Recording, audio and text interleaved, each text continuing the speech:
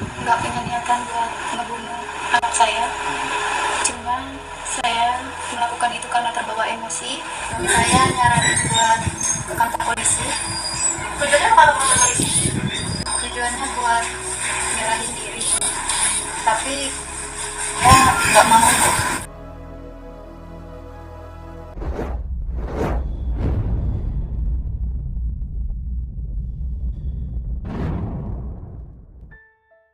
Hai sahabat Arti, Assalamualaikum. Kita ketemu lagi di tahun 2025 ini ya. Semoga kedepannya kita selalu dilimpahkan kesehatan serta rezeki yang baik. Terima kasih yang sudah klik dan nonton video ini. Siapa sangka masa pandemi COVID-19 yang terjadi beberapa tahun lalu ternyata menyisakan kisah miris yang menimpa seorang bocah perempuan kelas 1 SD yang tewas di tangan ibu kandungnya sendiri. Hanya karena si anak susah mengikuti pelajaran online atau pelajaran daring dari sekolah masing-masing. Yang mengejutkan adalah, setelah bocah itu meregang nyawa akibat ulah sang ibu, jasadnya dikubur begitu saja oleh kedua orang tuanya, tanpa dimandikan ataupun dikafani. Bagaimana kisah keji ini terungkap? Begini kisah selengkapnya. Imam Syafi'i dan Lia Handayani dulunya memang menikah di usia yang masih belia. Saat menikah Imam masih berusia 19 tahun, sementara Lia masih 18 tahun. Di usia yang masih sangat muda itu, mereka bahkan langsung dikaruniai 2 anak kembar perempuan yang selanjutnya melengkapi hari-hari keluarga kecil mereka. Di sebuah rumah kontrakan yang beralamat di Kelurahan Kreo, Kecamatan Larangan, Kota Tangerang, Imam dan Lia bersama 2 anak kembar perempuan mereka yang bernama Kesha Syafiyah dan Kayla Safiyah yang kala itu telah berusia 8 tahun, mulai tinggal di rumah itu sejak 5 Juli 2020. Masa pandemi kala itu mengharuskan bagi anak usia sekolah untuk mengikuti kegiatan belajar mengajar yang dilakukan secara daring atau online dari rumah masing-masing. Biasanya Imam dan Lia akan membantu mengarahkan 2 anak mereka yang masih kelas 1 SD itu untuk mengikuti arahan atau tugas yang diberikan dari guru. Tapi dari 2 anak tentu memiliki sifat dan karakter masing-masing yang berbeda. Begitupun dengan putri kembar Imam dan Lia ini. Saat Kayla adik kembarnya nurut arahan sang ibu, Kesha justru sebaliknya, sering tidak mau melakukannya. Alhasil, watak sang anak ini sering membuat Lia sebagai ibu menjadi emosi dan sering memberikan hukuman dengan cara mencubit atau memukul Kesha. Tapi meskipun begitu, sang anak tak juga jerah. Begitulah setiap hari saat jam belajar online dimulai, Lia akan jadi uring-uringan karena ulah Kesha. Tiba pada hari Rabu 26 Agustus 2020, sekitar pukul 8 pagi seperti biasa saatnya belajar online dimulai. Kala itu Lia sebagai ibu mulai mengarahkan agar 2 putri kembarnya segera mengikuti pelajaran hari itu. Imam sang ayah yang bangun dari tidur, lalu diminta oleh Lia untuk memfotokopi pelajaran anak-anak mereka yang diberikan guru hari itu. Sementara Lia menemani kedua putri kembarnya belajar di rumah. Saat itu Lia mengarahkan kedua putrinya, yakni Kesha dan Kayla untuk mengikuti petunjuk yang diberikannya, yakni menulis seperti contoh. Sementara saudari kembarnya mengikuti arahan itu, ternyata Kesha lagi-lagi tak mau melakukannya. Sikap Kesha ini membuat emosi Lia sang ibu kembali terpancing. Awalnya hanya dicubitnya paha Kesha, tapi karena tak juga menurut, mulailah Lia memukulnya dengan tangan kosong. Tak berhenti sampai di situ, Lia si ibu yang sudah geram, lalu memukul bocah 8 tahun itu dengan gagang sapu di bagian kaki dan tangannya yang membuat Kesha nangis dan terjatuh. Saat melihat sang anak jatuh, Lia sempat mengangkatnya sambil berkata pada Kesha supaya jangan pura-pura, karena Lia menganggap Kesha hanya pura-pura saja. Lia yang sudah emosi lalu mendorong bocah itu hingga jatuh ke lantai, hingga kepala bagian kirinya terbentur lantai. Lia memukulnya lagi dengan gagang sapu, kali ini di bagian punggung beberapa kali. Ketika itulah Kesha mengatakan jika ia sulit bernafas.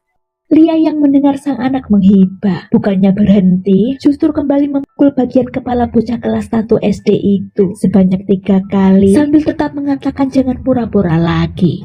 Tapi ternyata itulah saat-saat terakhir Kesha kehilangan nyawa. Bocah itu terjatuh ke lantai. Tak berapa lama setelahnya Imam si ayah pulang, begitu panik melihat kondisi Kesha, salah satu putri kembarnya. Imam pun sempat memarahi Lia, lalu dengan panik membawa tubuh lemah putrinya itu keluar rumah dengan motor sambil berharap sang anak bisa kembali sadar setelah mendapatkan udara segar di luar. Tubuh kecil Keisha dimasukkan ke dalam sebuah kardus, diletakkan di bagian boncengan tengah dengan dipegangi Lia, sementara Kayla saudari kembarnya duduk di depan dengan Imam sang ayah mengemudi motornya.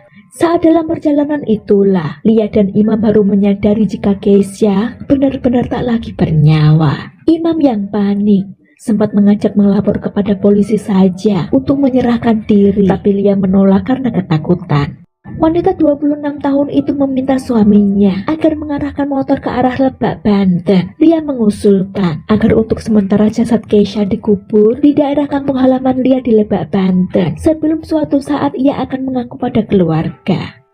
Sore itu dari arah Tangerang menuju Lebak, Banten, yang mereka tempuh dengan motor Yamaha MX warna hitam selama 3 jam lebih berboncengan 4 dengan diliputi perasaan takut, panik dan juga penyesalan dalam diri Imam dan Lia. Hingga tibalah mereka di area TPU Gunung Kendeng, Desa Cipalabuh, Kecamatan Cijaku, Lebak, Banten sekitar pukul 17.00. Area pemakaman yang cukup jauh dari rumah warga itu dianggap aman karena memang sangat sepi. Imam menghentikan motornya tepat di depan pintu masuk makam. Lalu ia berjalan seorang diri mencari rumah warga terdekat untuk mencari pinjaman cangkul. Setelah berjalan sekitar 300 meter dari arah makam, Imam menemukan rumah warga. Ia berkata pada si pemilik rumah bahwa ingin meminjam cangkul dengan alasan untuk menguburkan kucing anggorannya yang telah mati. Si pemilik rumah yang melihat wajah Imam tampak kelelahan dan hari sudah sangat sore, memang tak bertanya banyak hal, langsung meminjamkan cangkulnya tanpa rasa curiga. Imam dan Lia menggali tanah di tengah area pemakaman itu secara bergantian dari pukul 17.30 hingga pukul 18.15 waktu setempat. Setelah lubang berhasil digali, lalu dengan teganya mereka menimbun jasad bocah 8 tahun salah satu putri kembar mereka. Begitu saja lengkap dengan baju dan jilbab yang terakhir kali dikenakan bocah malang itu. Mirisnya, ulah suami istri keji itu disaksikan oleh saudari kembar Keisha. Setelah dirasa beres, Imam segera mengembalikan cangkul, lalu segera mengajak istri dan satu putri kembarnya untuk pergi meninggalkan area pemakaman itu, kembali pulang ke kontrakan di Tangerang. Keesokan harinya Kamis 27 Agustus, keluarga Imam memilih pindah kontrakan, kali ini di daerah Kebonjeruk, Jakarta Barat, dengan tujuan supaya tetangga di kontrakan yang di Tangerang, yang menjadi TKP pembunuhan tak curiga. Keesokan harinya, tepatnya pada tanggal 28 Agustus, keluarga Lia mulai curiga. Lia dan Imam mulai mengarang cerita, menyampaikan kepada keluarga juga tetangganya jika Keisha sebenarnya telah hilang. Lia berpura-pura sedih dan panik, sehingga keluarga dan tetangga percaya. Mereka membantu mencari, bahkan bertanya pada orang pintar. Untuk mengelabui polisi, Imam dan Lia membuat laporan kehilangan anak ke Polsek Metro Setiabudi, Jakarta Selatan.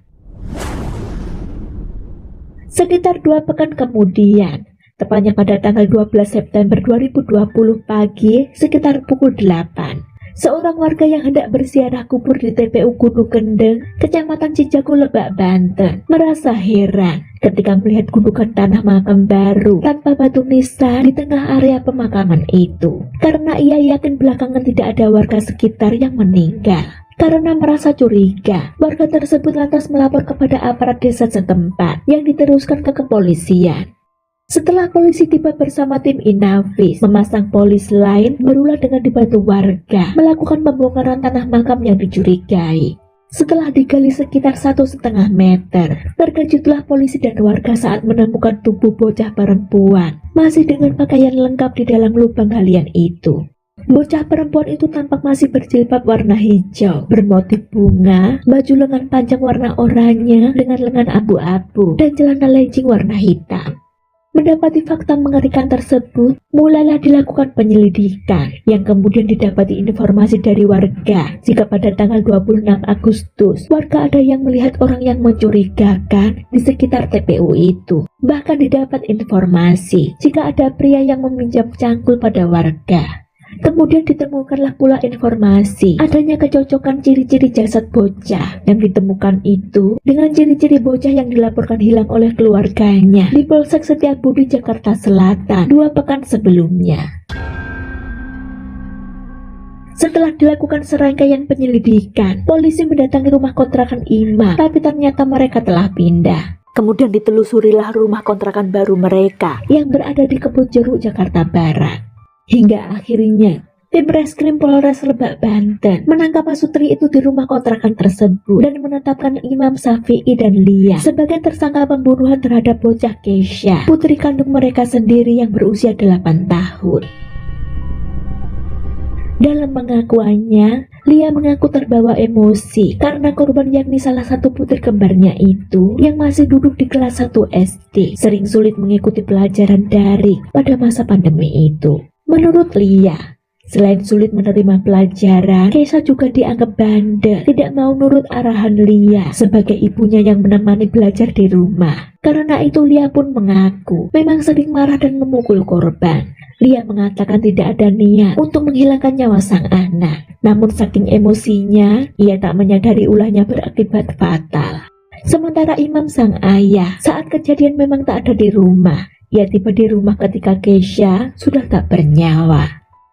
Imam mengaku sempat marah pada istrinya, tapi semua sudah terjadi. Ia pun mengaku terpaksa mengikuti saran istrinya untuk menguburkan jenazah korban karena istrinya itu mengatakan sudah ada niat untuk mengakui pada keluarga suatu hari nanti. Tapi nyatanya, justru berbagai alibi untuk menghilangkan jejaklah yang mereka lakukan, bukan mengakui kesalahan.